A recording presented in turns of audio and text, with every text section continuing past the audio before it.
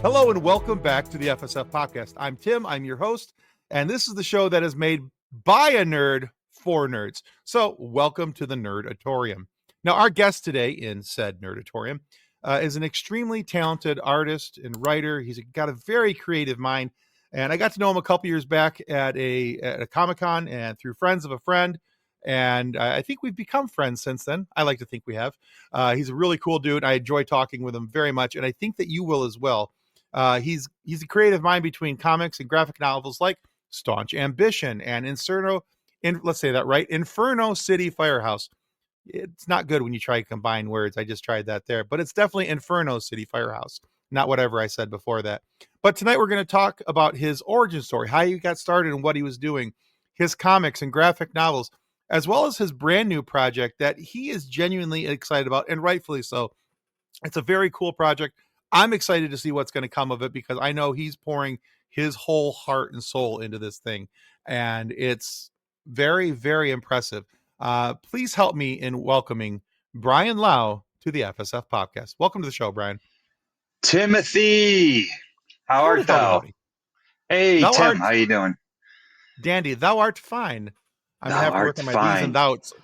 I'm going to have to work on my D's and don'ts if we're going to go through this. All right, I'll look to like if looking liketh move.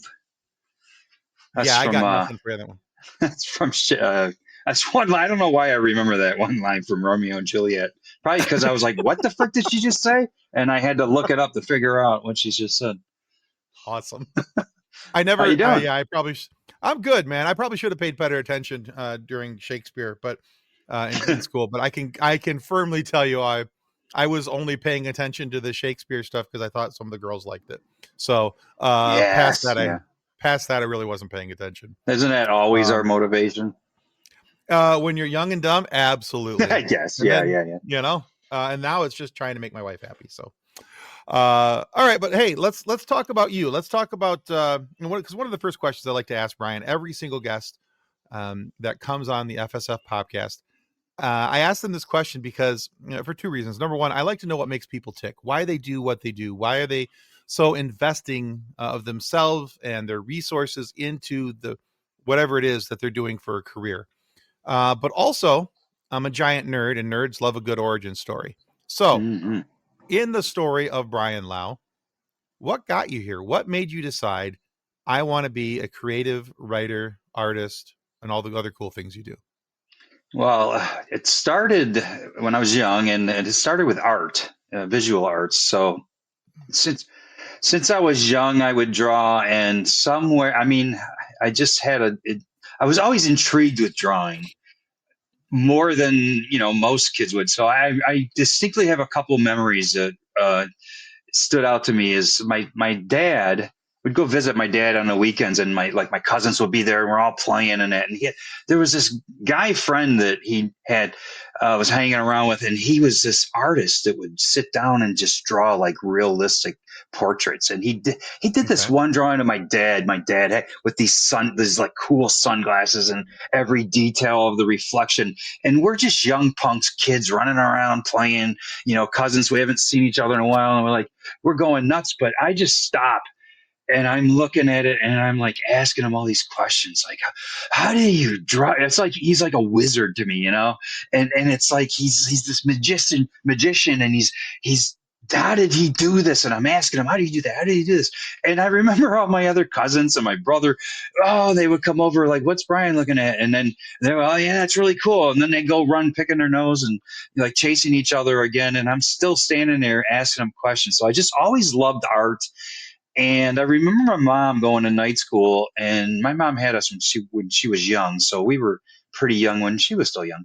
And she was going to night school to finally finish her high school degree. And she had this night school art class that she took my brother and I to. And so they're all just drawing like stuff in the middle of the room.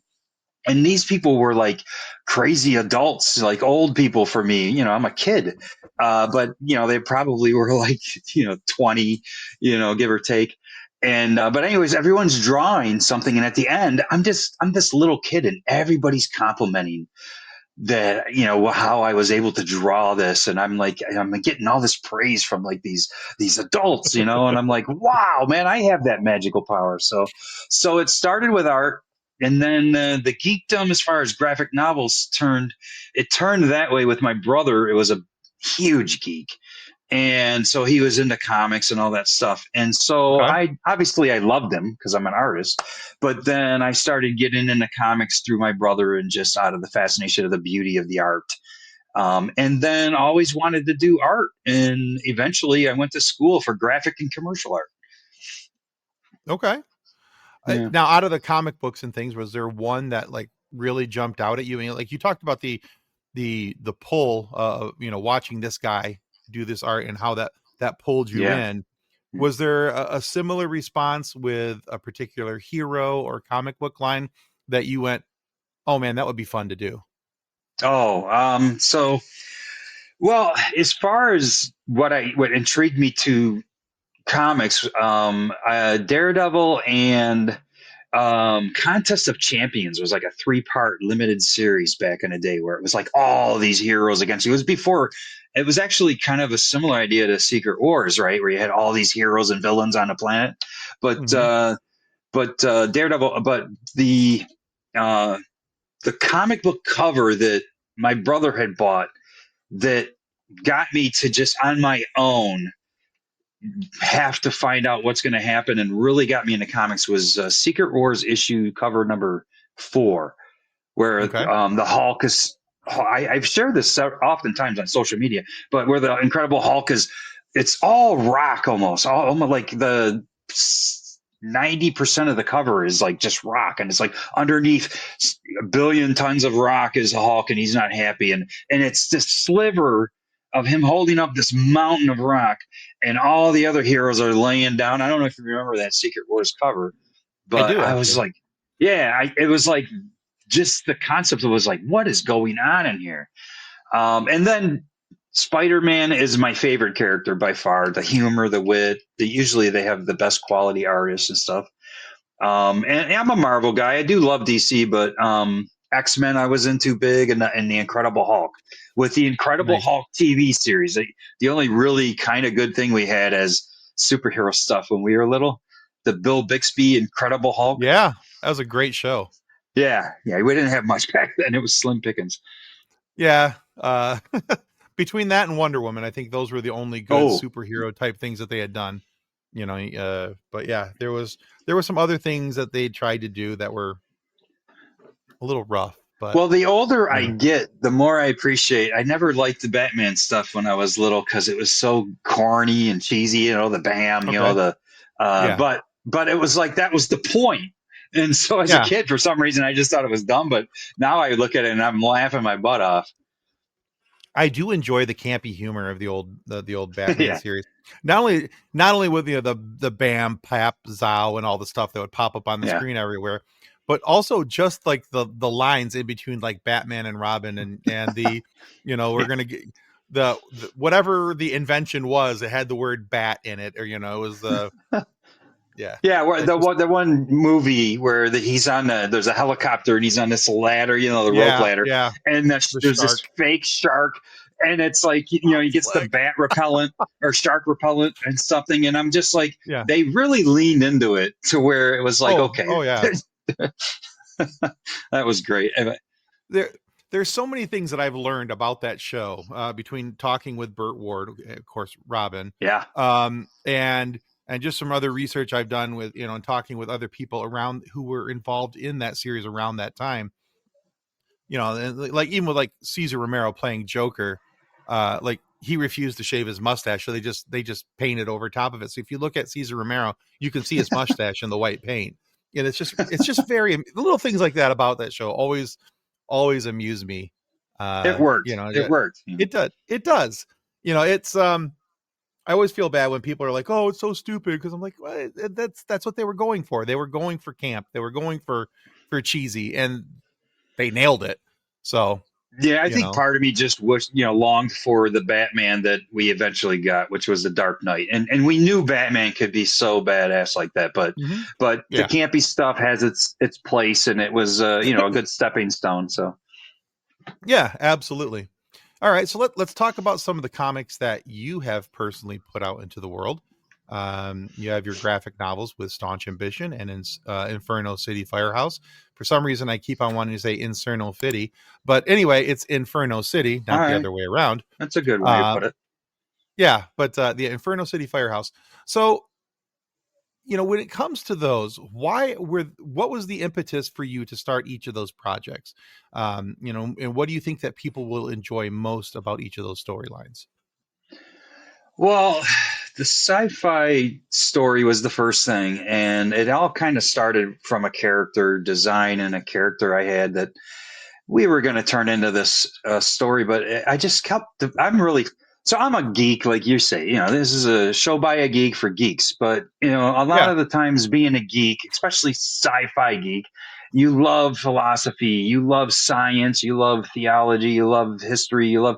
So I'm really fascinated about different philosophical issues and the future and stuff like that. So it just kind of was a natural connection to do a character that and to build a universe around this character Azarus, this genetically engineered clone. And it started with just a piece of art of a character Hmm. that turned into this whole story and then a whole universe. And then of course tied into the fascination with things like, I kind of get into this like I don't directly deal with and like unpack the whole concept of how we sleep.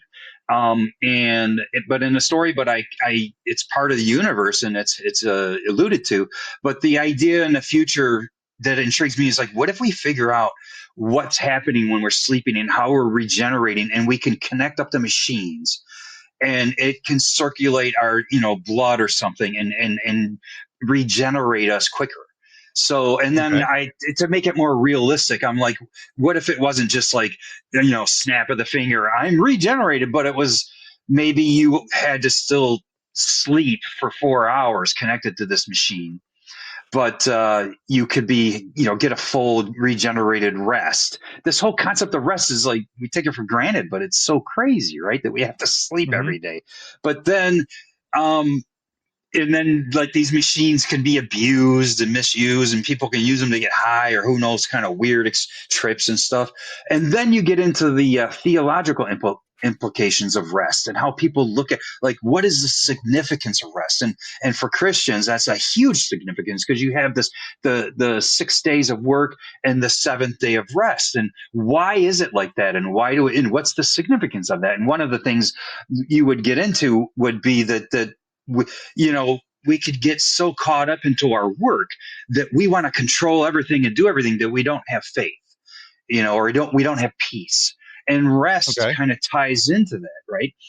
So we have so many days, we're awake, hours a day we're awake, and so many days a week we're supposed to work. But then you're supposed to have downtime and relax, and it brings Right. peace, and it shows that you have faith that things can happen without you controlling it all. So, anyways, the sci-fi aspect of all this is like that's just one little thing. So you can see how my mind works. So I built this whole universe, and the general premise of Staunch Ambition is what if in our future we entered the supernatural through advanced technology? And so that concept completely intrigues me. So one of my taglines is welcome to the new enlightenment.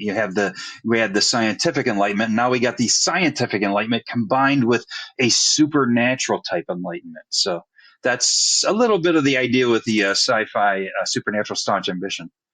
Perfect. Okay. So what about Inferno City? Hey, you got it right, man. You're on I, fire. hey, Yeah. third time's the charm, baby. There you go.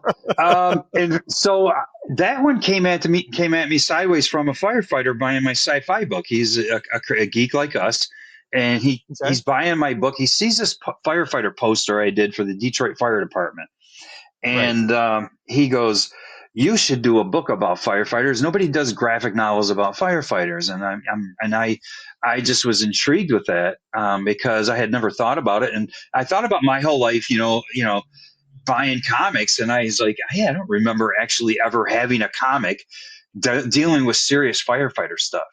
So I looked up to find if there was any firefighter books out there, and there was a couple things out there. And I was like, that's crazy. So my grandfather was a Detroit firefighter for 26 years. And Oh, I that's lived cool. at yeah, he was in during the Detroit riots, which is like a historic, Oh, wow. yeah, like my family talks about how they didn't know if he was going to come home alive or what. It was pretty chaotic, as you can imagine. I can But only imagine. Yeah, that's crazy.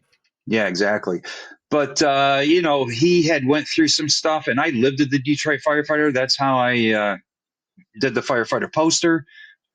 And so I had this, I almost became a Detroit firefighter, but so I just had this connection to it on an emotional level. And when the firefighter said that to me, like no one does, he's a frustrated geek and a firefighter. He's like, I want to be represented in the comic industry. So I, I actually, when I Cool. found out there was not much out there, I just took a break on a sci-fi book and I says, I got to do something. So I just took a bunch of true stories from my childhood, my grandfather, the firefighters I lived with, and I did ride-alongs and combined a bunch of true stories. And I wove them together into like a narrative. So it wasn't just like, Okay. you know, blocks of true things. So, Yeah, and that turned, not a strict retelling then. yeah, and that I didn't intend to do something so interestingly game changing for me.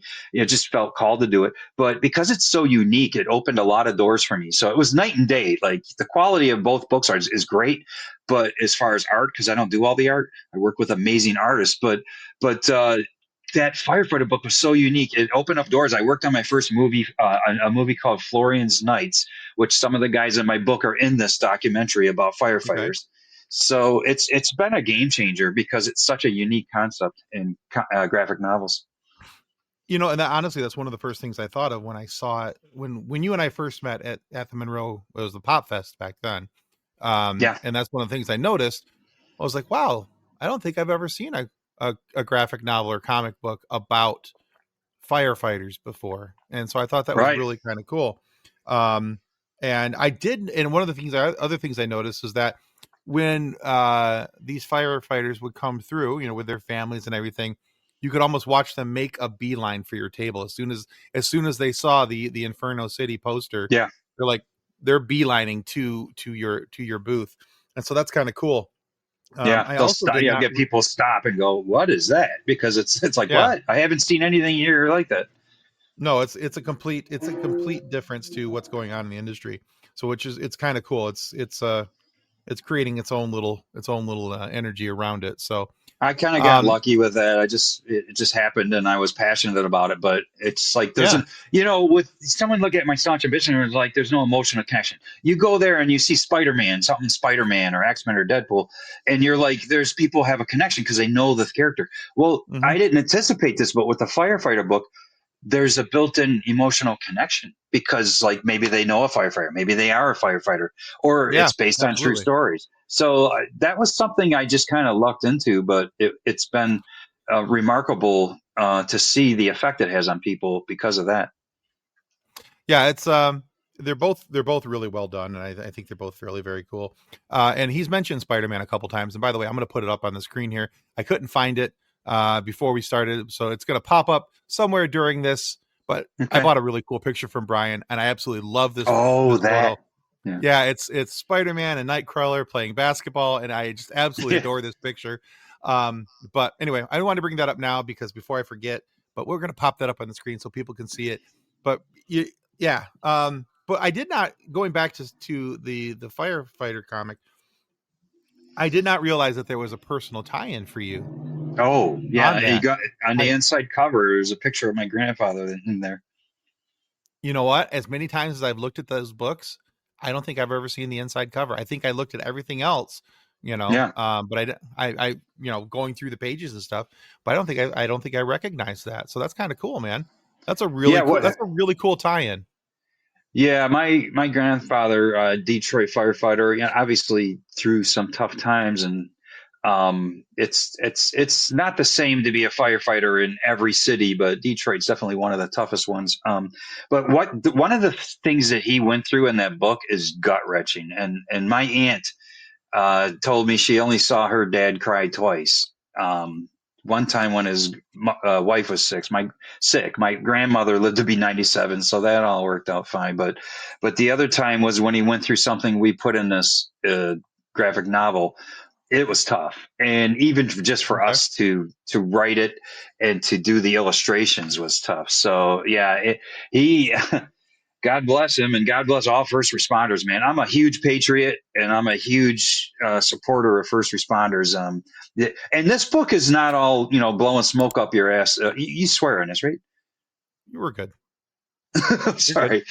Yeah, but this book is not like blowing smoke about firefighters being all the greatest, perfect people. It deals with everything. It deals with their weaknesses and their strengths, and The highs and the um, lows. Yeah. yeah. But God bless, all first responders, because any given day they're called to the most difficult times of people's lives. So Oh, absolutely. Yeah.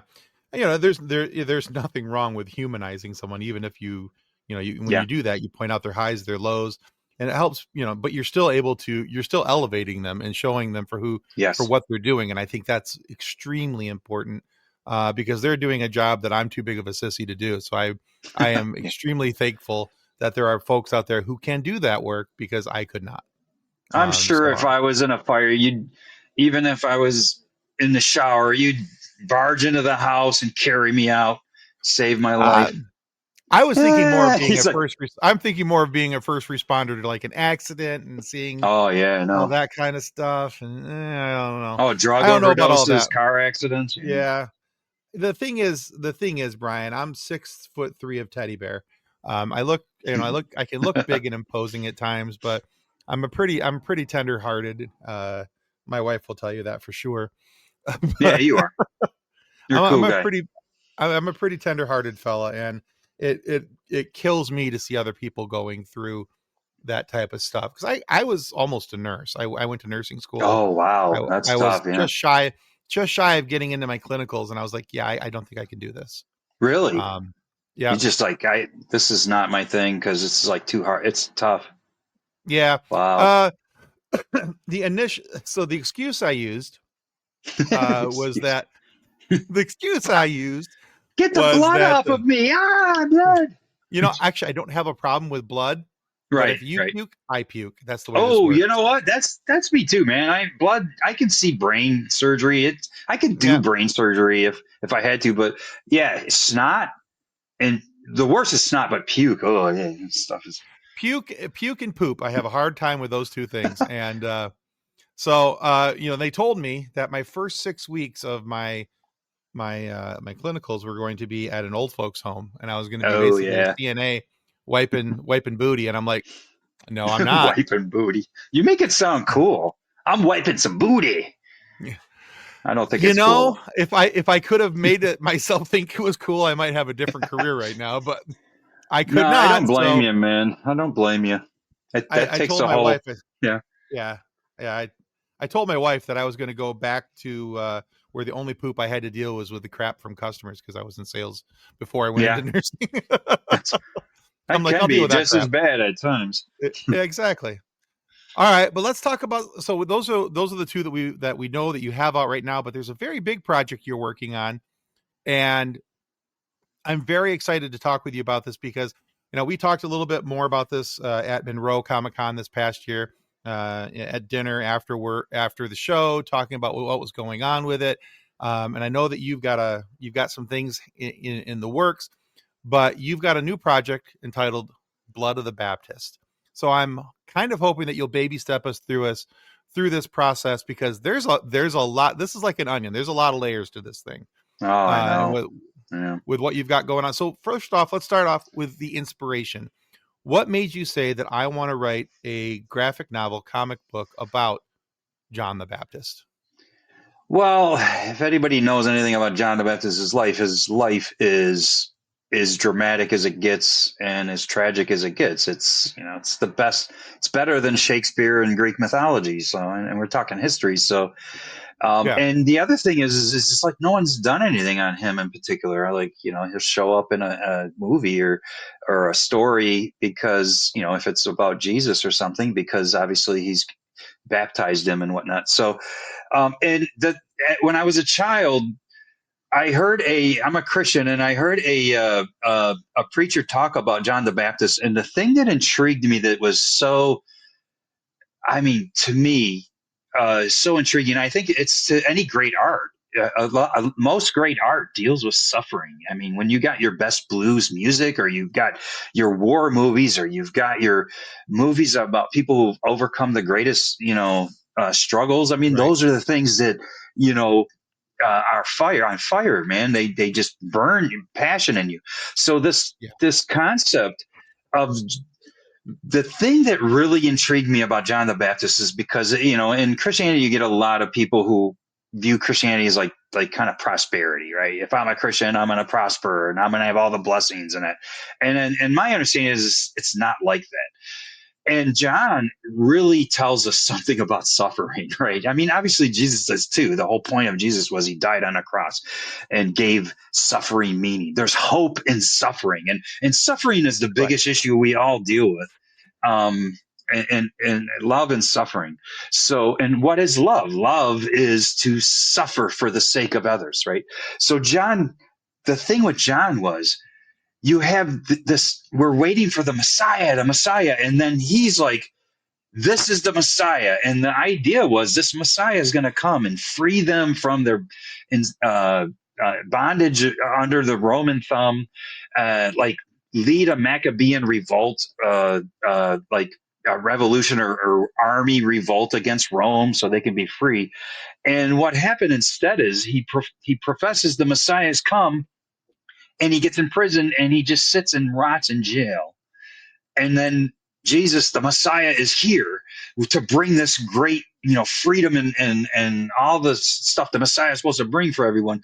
And yet never once does he intervene for John in prison. And they were cousins too, which adds this, like, Right. it kind of ties into the story's title. It's got a double meaning. Blood of the Baptist, obviously John's life, he dies bloodily, but blood of the Baptist also could refer to Jesus, right? Because he's his blood kin, right? So Okay. anyways, Cool. but Yeah. that contrast of John suffering in prison while Jesus is performing all these miracles, walking on water, healing this person, bringing people from the dead, this blind person can see, but yet he doesn't intervene for John. That tells us something about the point of Jesus didn't come to, not for us not to suffer, but to show us how to suffer. And then John to die for what he believes in, and Yeah. for the truth, is also inspiring. So Okay. those are some of the things that intrigued me with his life and story.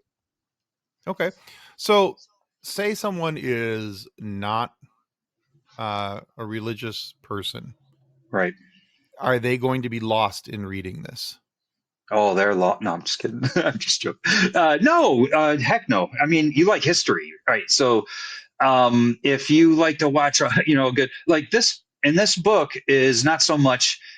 I actually had start to getting down how to pitch this book better, because I'm writing it, and it's almost all done, but we're still producing all of the stuff.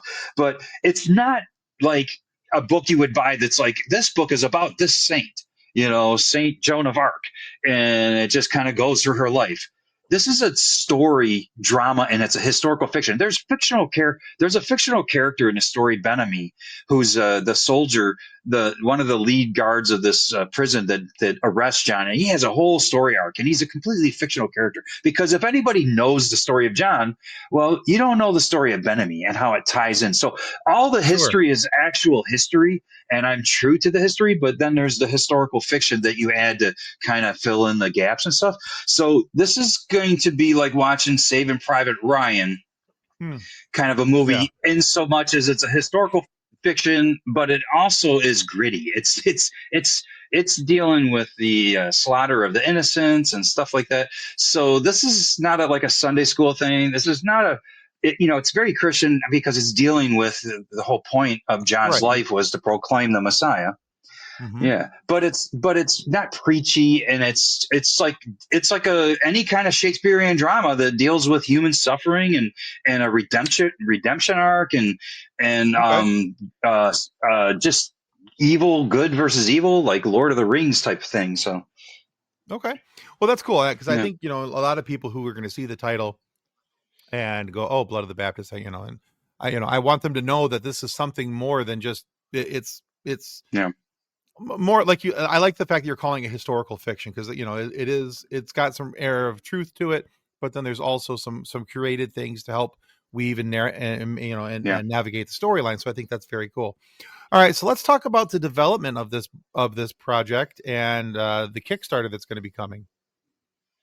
Well, a whole aspect of my production that we didn't mention is that I have professionally made music for my books, and I had those even with Staunch Ambition and Inferno City Firehouse.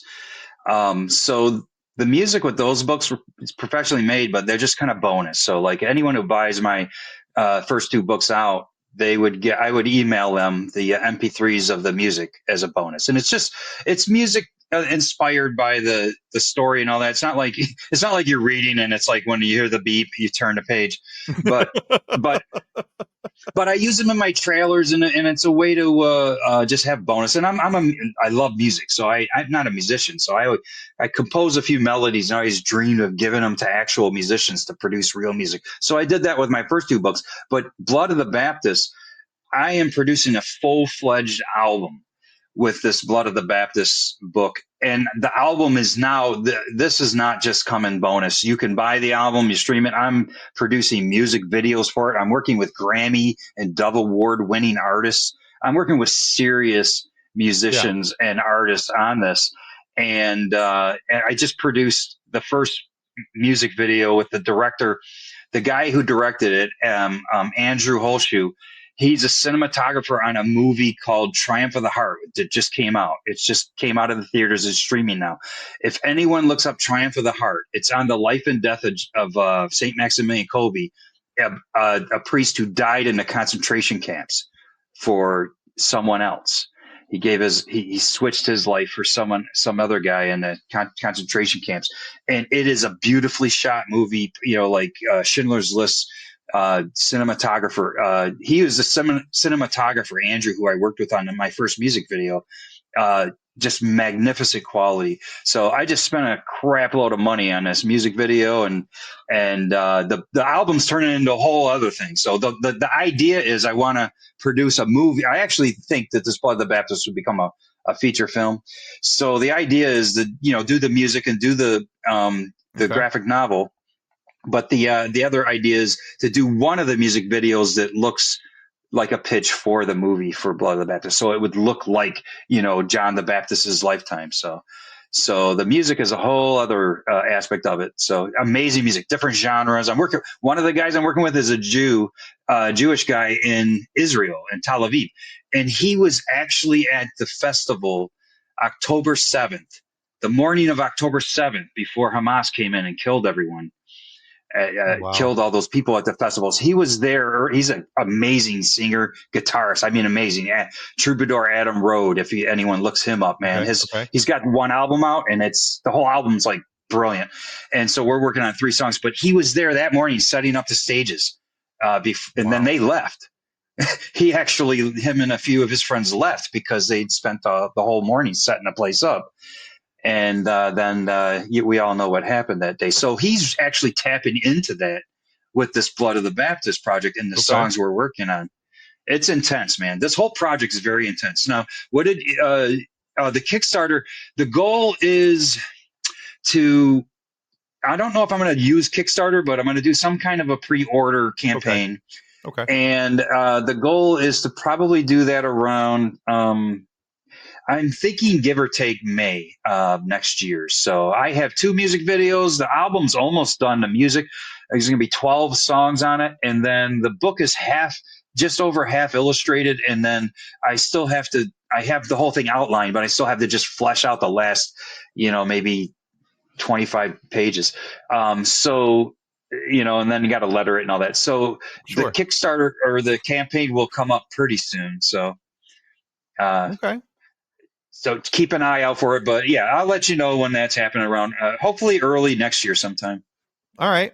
So out of, with the Blood of the Baptist, what is the thing that, and I always like to ask this to people when they have a project like this coming up, what can people look forward to with this story? What is the message that you're attempting or wanting to convey? Well, it's similar with even the firefighter book that was dealing with suffering, and this is obviously dealing with suffering, but it's ultimately about hope through suffering. So what you could look forward to is like gut wrenching, powerful storytelling. The art, Erwin Arosa. I have a little prototype I made. I'll give a little tease of one of the little ideas I have with this. I made this prototype, so it's just a small version of the book. It would be a normal size graphic novel, but the illustrations by Erwin Arosa is one of the first things to look forward to. Erwin Arosa is a master at illustration. I've worked with him on 3 books, which way. So it takes place when John the Baptist is already in prison by Herod Antipas. And so it's dealing with this the gritty time of his life when he's in prison and all that. And so that Erwin's art is one of the best things for it because his style, as you see, is very looks realistic. So it ties into historical fiction very well. But one of the things I have in here is I made this prototype to show this idea. In the story, well, we know John had some kind of idea, like was told or had a vision who the Messiah or some things about who would be the Messiah. Like the one who sent me told me the dove would come down, and the one that the dove or the Holy Spirit rests on is the Messiah. So I have in this book, the idea is when he says, I had this vision that came to me from beyond, when he's explaining that, there's a poster insert that comes from beyond the book that you pull out of the book. So I made this little prototype, and you unfold this vision of this that John has. And I want to show all the art and give it all away, but I think I don't even want to say the concept because it's like it would be cool just to mail it out, and then people are like, "What is this poster?" But I think it's such a cool idea that you got to kind of tease it, right? So, oh yeah, for sure. All right. Yeah. Well, cool. And when are you hoping that this is? You're talking about starting the campaign possibly in May. Are you hoping to have this like out and presentable for people by summer? Is that the hope? Sometime next year, maybe toward the end of summer, or maybe toward fall, because this is a massive project. I mean, I'm producing a full-fledged. The music, if I was just doing the book, it would be a lot easier, but I'm crazy, so I'm doing freaking full-fledged music videos, and that's a learning curve, man. I mean, there's a whole other learning curve involved here. Well, yeah, you're taking on a couple big projects all at once. You're writing a book, you're overseeing the artwork, you're overseeing music, you're doing music videos. You got a lot of irons in the fire on this one, and that's why I say you're putting a lot of yourself into it. So with that in mind, out of Staunch Ambition and Inferno City, and now with Blood of the Baptist, as you've written these books and you've done these projects, what is the best lesson that you have taught yourself? The best lesson? Well, I put into practice a lesson that I was told. And I guess when you say taught yourself means that, you actually implemented it. So when I was in college, I had a college professor. We were doing graphic and commercial art on computer. And I forget what program we're using, but he said something very simple but profound implications. He says, you don't go, let's say you're in Adobe Illustrator or whatever program you're using, Photoshop. And then he says, you don't look at this application and say, what can this application do for me? What can I get? He says, you think, what do I want to do? And how do I get it to do it? That subtle distinction between trying to just take what you have and do the best with it, as opposed to, no, I want to do this. How am I going to do it? Has got me into coding, so that's kind of why I'm producing a music album, I just produced and just filmed my first, it's major motion picture quality music video. So I'm kind of stubborn too. So one of the things that I've learned is that you figure out what you want to do. And I would explode if I wasn't creating art. If I wasn't, I'm just very passionate and creative. So I want to get a movie made.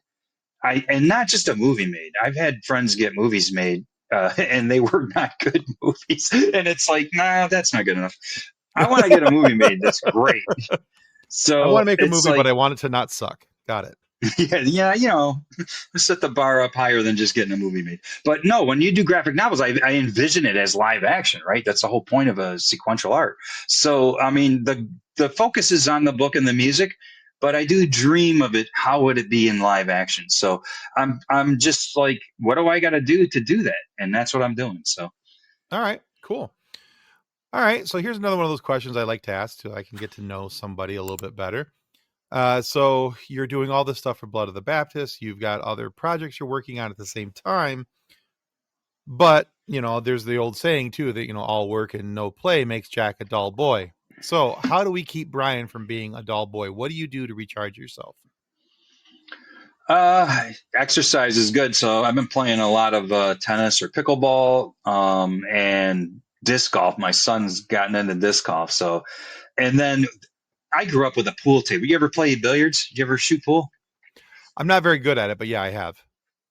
Yeah, I grew up with a table, and my stepfather was a psycho billiard pool player. So I actually learned how to play, but I haven't played pool forever. So there's this Sharks Club, it's called, and we've been going up there on Sunday watching the Lions game, and they have free pool as long as you got a tab. Oh, So that's cool. that has been fun, man. So except for when I'm watching the Lions lose, I think you got the Lions hat on. Unfortunately, we don't want to talk about the last game, but Let's not talk about that's that just. game now. I'm getting better at that. I'm getting back to where I can play again, and my kids are getting frustrated because I don't always beat them, but that is just fun. So I love to do sports and activities and stuff. Okay, cool. That's a great way to recharge your battery. Plus, you're spending time with your family in the meantime. So you're getting to Oh, do a little bit of both. and yeah, family, definitely family first. And I watch a lot of movies and TV shows to All right. inspire, burn the inspiration, Sure, absolutely. build inspiration. All right, very cool. All right, Brian, we've reached a point in the conversation where I now need to ask you a silly question. Now, all these other Mm. questions have been mostly serious. And this one comes from our FSF team member, Kathleen, because she was out with her daughter. And somebody asked her daughter this question, but not Kathleen. And if you know Kathleen well enough, you'll know that when she said, how rude, she probably said it out loud too. However, I know. that question is, Brian Lau, what's your favorite dinosaur? How rude. How rude. How rude. Come on now. Why would you ask such a personal question?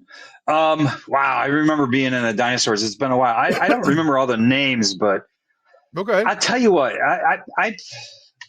I might pick a pterodactyl just because the pterodactyls are pretty sweet, man. They fly and Yeah. the noise that we associate with them. I think pterodactyls need to get a little more love. So Okay. they look pretty sweet too. They got the wicked looking head. Mm-hmm. How big were they too? Like they had a pretty decent wingspan, didn't they? Yeah. Well, yeah, there was a couple different sizes, if I remember correctly. I think there was like Really? basically your, and maybe I'm wrong, but I could have swore that like there was your, and I'll have to do a Google search on this after we're done here. But I could have swore there was a small, medium, or large. Or if you guys are listening and you want to correct us on the internet, please feel free. But yeah, I No. could have. Yeah, they're gonna do it anyway, so I'm just inviting them. So. Yeah. Yeah. But yeah, so I could have swore there was like a stepping stone of like small, medium, large. Maybe I'm wrong, but I'll have to do some research on that. But pterodactyls, Yeah. cool choice. I think they had. I think they were pretty huge though. The large Yeah, ones. So. yeah, because in any and I'm just using Jurassic Park and Jurassic World movies as my frame of reference. Yeah. But they're not exactly little in those movies, so I'm assuming that that's going to be mostly accurate. So, okay. Well, Brian, thank you so much for being on the FSF podcast today. Where can our listeners and watchers or viewers go to find out more about you, your work, and keep tabs on Blood of the Baptist? Yeah, it's real simple. Everything I have can be found under Brian E Arts. So that's Brian with an I. E as in what's a good word that starts with E that's memorable? Egg? Sure. Pterodactyl egg? So Brian E Arts. Brian with an I. E as in egg. Arts. And so that's my website. I have social media. You can see it up under my face there. So I have links to my social media at my website. So if anybody wants to look into it, I do have a Blood of the Baptist account as well on some of the social medias, but my main account is Brian E. Arts. Okay, cool. I'll make sure to put links to both of those down below so people can follow Blood of the Baptist directly if they'd like, but also obviously want to make sure that the rest of your work gets some attention too. So they'll be able to follow you at Brian E. Arts as well. So, all right. Now, guys, if you haven't already, this is also a great time to remind you that you should be following Brian, obviously. But if you haven't followed our show here yet on YouTube, that's the most important free thing that you can do today. It costs you this many George Washingtons, and it's a free thing. So go ahead and click that like and subscribe button. And because doing so helps ensure that we get more amazing guests like Brian here today to have these moments for you to listen to and to enjoy. So please consider following our show. It helps well more than I'll ever be able to say. And go check out Brian's work as well, because he's got some super cool stuff. And I'm going to flash that picture again right here of my my really fun Spider-Man and drawn by Jay DeFoy. Another thing is, if you follow me, I'll follow you back. So it's not just me and you. I know you'll follow them back. So they follow us, we follow you back. So it's a great way to support each other. Absolutely.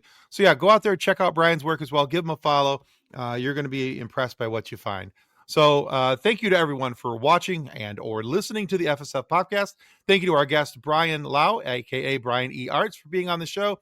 And may the force be with you as you continue to live long and prosper. Goodbye. Copyright 2025 FSF podcast. Reference to any specific product or entity mentioned on this podcast does not constitute an endorsement or recommendation by FSF podcast. The views expressed by guests are their own, and their appearance on the program does not imply an endorsement of them or any entity they represent. If you have any questions about this disclaimer, please contact us via email at info@fsfpodcast.com.